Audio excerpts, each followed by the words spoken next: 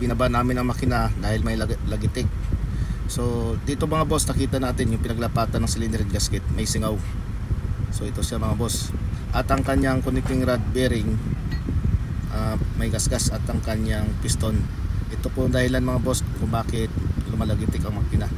At ang kanyang main bearing naman mga boss, maraming gasgas. So ito, papalitan din natin ng bago to at ang cylinder head gasket. Ang ginawa namin sa cylinder block, nirepis mo namin para pumantay po yung bakat na singaw ng pinagtamaan ng cylinder head gasket. At ang kanyang piston ring naman, so pinalitan po namin to mga boss. At ito nga, nilalagyan natin ng clearance ang kanyang piston ring.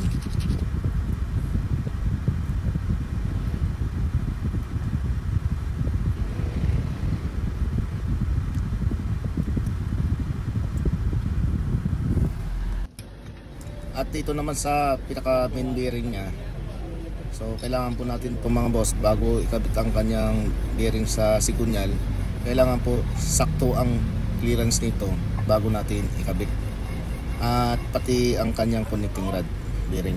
So ganito lang ginagawa namin mga boss kapag magkakabit kami ng pinaka bearing po sa crankshaft. Kailangan po i-clearance muna natin maigi. So ganito lang po mag-clearance ng pinaka main bearing. Binuo na natin at ikakabit na po natin dito para mamaya malalaman po natin mga boss kung may lagitik pa ba ang andar nito. So papandarin na natin to mga boss.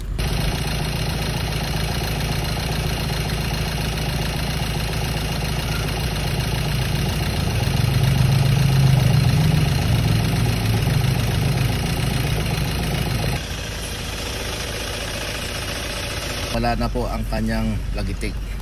Kaya ito mga boss, kapag medyo may lagitik ng makina nyo, kailangan na po nyo ipacheck. Dahil po baka lumala at mapapagastos po tayo ng malaki kapag lumala po ang kanyang lagitik. Dahil mga boss, papunta na po ito sa pagkatok ng ating makina.